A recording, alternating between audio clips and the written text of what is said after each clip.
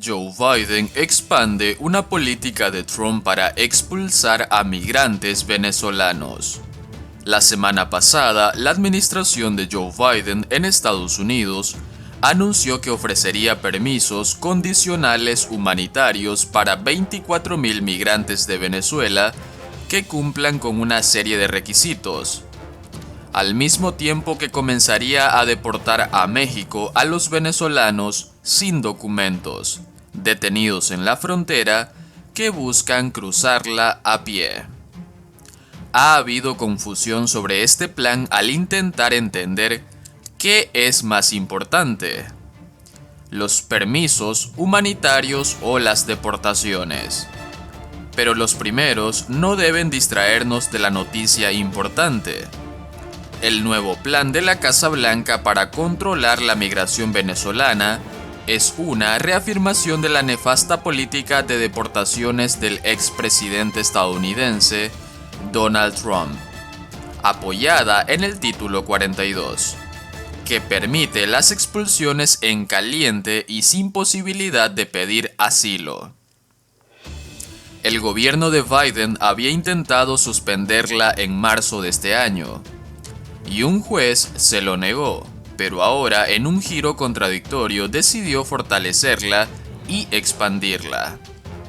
Por sí solo, el nuevo ofrecimiento de otorgar 24.000 permisos condicionales humanitarios es una buena noticia. Después de todo, una de las mejores maneras de atacar la crisis fronteriza es ofrecer alternativas legales a los cruces ilegales. El problema es que los permisos, en el contexto del resto del plan, parecen un intento de dorar la píldora de las deportaciones. No cabe duda de que hay una grave crisis en la frontera sur de Estados Unidos. En el año fiscal 2021, las autoridades fronterizas realizaron 1,7 millones de detenciones, una cifra récord. En este año, aun cuando faltan los resultados de septiembre, el número ya sobrepasó los 2,1 millones. Tradicionalmente, la mayoría de los detenidos son de México y los países del Triángulo Norte de América Central: El Salvador, Guatemala y Honduras. Pero esto ha cambiado recientemente. Migrantes de otros países, sobre todo de Venezuela, Cuba y Nicaragua, representan un porcentaje cada vez más alto de las detenciones. Venezuela lidera a este trío de países. Este agosto, las autoridades estadounidenses registraron más de 25.000 detenciones de venezolanos en la frontera, una cifra 4 veces mayor a la del mismo mes del año pasado. Por primera vez, los ciudadanos de ese país ocuparon el segundo lugar en número de detenciones después de México. En septiembre, esta cifra ya alta volvió a incrementarse y llegó a los 33.000. Para Biden, esta ola de migrantes es un dolor de cabeza. ¿Qué ha hecho para tratar de contenerla? En buena medida se ha valido de la herramienta que heredó de Trump. A principios de 2020, al inicio de la pandemia, Donald Trump invocó la regla sanitaria Título 42 para deportar inmediatamente a los migrantes detenidos en la frontera en vez de procesar sus solicitudes de asilo, con la coartada de evitar la propagación del COVID-19. Desde entonces, tanto Trump como Biden la han utilizado para expulsar a migrantes, a más de 2,3 millones de inmigrantes. El Título 42, sin embargo, tiene una limitación. Es una herramienta ágil solo si México acepta a los deportados. Y bajo el acuerdo inicial, este país solo aceptó recibir a mexicanos y ciudadanos del Triángulo Norte. Por un tiempo, esto no fue un problema para Estados Unidos porque el grueso de los migrantes era de esos 4 países. Pero comenzó a hacerlo conforme fue aumentando la migración de Nicaragua, Venezuela y Cuba. Como Estados Unidos no podía expulsar a estos migrantes a México ni a su lugar de origen, por la complicada relación de Washington con sus gobiernos, un porcentaje alto no estaba siendo deportado, lo cual fue un incentivo poderoso para que más migrantes de esas nacionalidades se aventuraran a la frontera.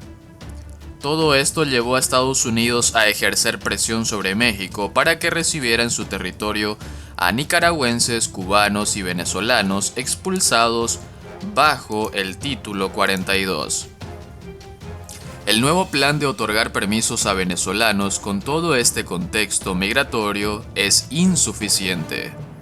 En primer lugar, porque el número de permisos es vergonzosamente bajo. Solo en agosto el número de detenciones de venezolanos en la frontera fue casi igual al número total de permisos ofrecidos.